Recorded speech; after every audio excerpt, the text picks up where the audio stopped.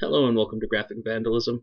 I'm Johnny Alpha, and today I want to talk about a label that has really taken my life by storm, and that label is Self-Made Hero. Self-Made Hero is a London-based publisher that has released some of the most intelligent, thought-provoking, and original graphic novels I have ever read. In my opinion, what Self-Made Hero is doing for graphic novels is exactly what Miramax did for indie and foreign films in the 90s. Self-Made Hero's catalog of books is very eclectic and contains, but is not limited to, adaptations of classic literature, historical dramas, and original science fiction and horror tales. I own 9 books from Self-Made Hero in total, and each one has impressed me and made me think and just made me really want more. In this video, we're going to take a look at some of these very awesome books. First up is Celest by I.N.J.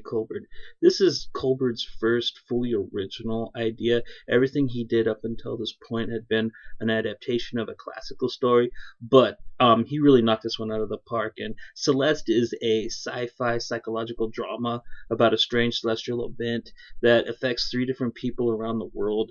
And there are 3 completely different types of people. One is a suicidal Japanese man in Japan, another is a depressed albino girl in England, and the third is an American man living a double life. These 3 encounter strange rose petals falling from the sky, only after to discover that everybody else in the world had completely vanished without a trace. And all 3, even though they don't know it at the time, have to embark on this strange kind of spirit quest. Like the suicidal Japanese guy, he basically is visited by these ancient yokai and kami and learns that he needs to kill his demons, but not himself. And then just after almost everybody else disappears, the albino girl runs into this kind of cute, scrappy little chav chick, and the 2 of them really hit it off, and she kind of has a friend for a little while until she completely lets her insecurities interfere, and the American man finds a victimized man in the trunk of a car, which inflates his flights of fancy of being a vigilante until the reality of his situation comes crashing down on him. The themes and visuals in this book are very lovely. All 3 outcomes for all 3 characters are so very optimistic without having to be a really cheesy happily ever after cliche. I really can very easily see this story as a totally amazing and loved award-winning film. This is just the kind of short but sweet introspective narrative that makes you really think and leave with a very positive outlook. I really cannot recommend this book highly enough. It's just that awesome. Alright. Next up, we have Pachyderm by French artist and graphic novelist Frederick Peters. And Pachyderm is a very surreal, fever dream-esque journey of one woman as she tries to make sense of life-altering tragic events. This very abstract story starts with a woman trying to get to the hospital to see her husband, who has been in an accident. When the road she is traveling on is closed due to a dead elephant blocking it, she decides to continue on foot, as the hospital is only a short trek through the woods. On her trip, a lot of odd and very unexplainable things happen to her, but things get even crazier when she gets to the hospital. Once she reaches the hospital, our protagonist gets injected into this really strange Cold War-style espionage plot involving her husband's doctor, who has dark secrets. She talks to living corpses, and she finds out the truth of her situation, which is really a mind trip of its own. It makes this book just completely worth reading all the way to the end, so you could just be like, whoa, like to have a total Keanu Reeves moment with it. Even though the story for this book is very surreal, I also find it very vivid and lush, and the message and moral of it is just so beautiful. I am very proud to say that I love this book. Okay, next up we have Klaxon by Simon Spencer and art by Dix. Klaxon is a very surreal and abstract horror story. Now, I'm not the hugest fan of the art style of this book, but in this rare case, I will say that it adds to the oddness of this very Lynchian horror parable. The story for this book is about a stoner named Carlisle who is getting bored and tired of just getting high with his friends all the time.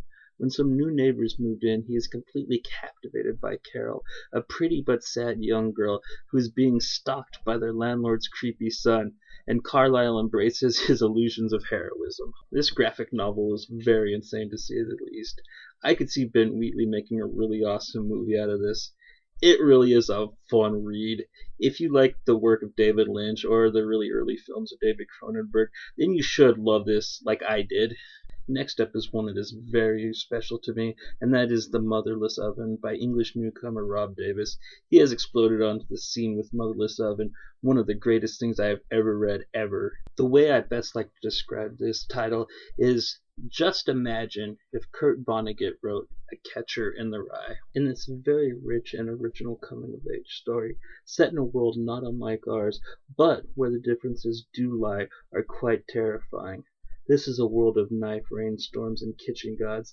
Needless to say, this story is full of amazing context and subtext and amazing allegories about society. The story for this book is the tragic tale of Scarper Lee, a boy who knows the day of his death and is basically just living to die until his life is completely turned upside down by a new girl that comes to his school by the name of Vera Pike.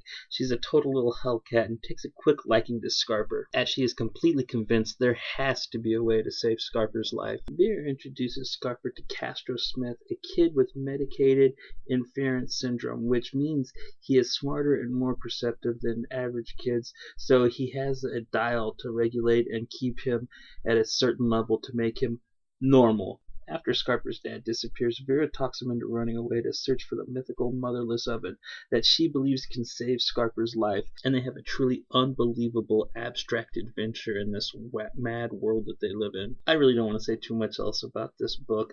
I think everybody should read this amazing adventure for themselves, and I really don't usually get too emotional while reading, but this one really got me choked up in a few places. I really hope to read more from Rob Davis in the future.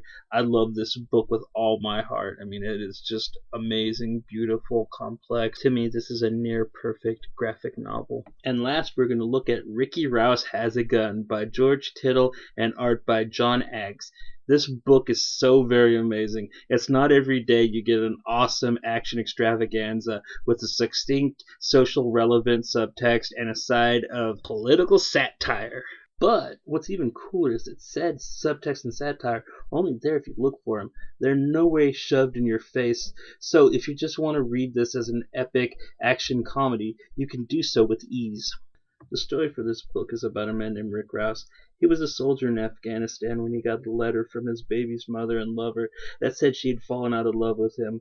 He then deserts and wanders the east until he ends up in China, where he gets a job at an amusement park full of Disney knockoffs like Ronald the Crispy Duck and Rambi the gum-toting, red headband-wearing Vixen. The owner of the theme park, very impressed with Rick's American swagger and awesome name, makes a new character for Rick, a Mickey Mouse knockoff named Ricky Rouse. And life goes on until one fated day terrorists take over the theme park, and it just so happens to be the same day that Rick's daughter and ex-lover come to visit.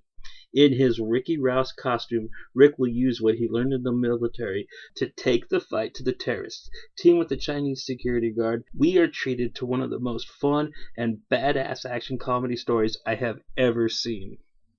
I really cannot say enough nice things about this one. I mean, I love everything about it. Its look and its view of the ideas of copyright and ownership, the story and the great twists in it, like who the main terrorist is and what his motivations are. This really is a book anyone can read and just love. I mean, like, it's just amazing. I really hope I inspired some of you to check out and maybe read and buy some of these awesome titles, or at least look into Self-Made Hero.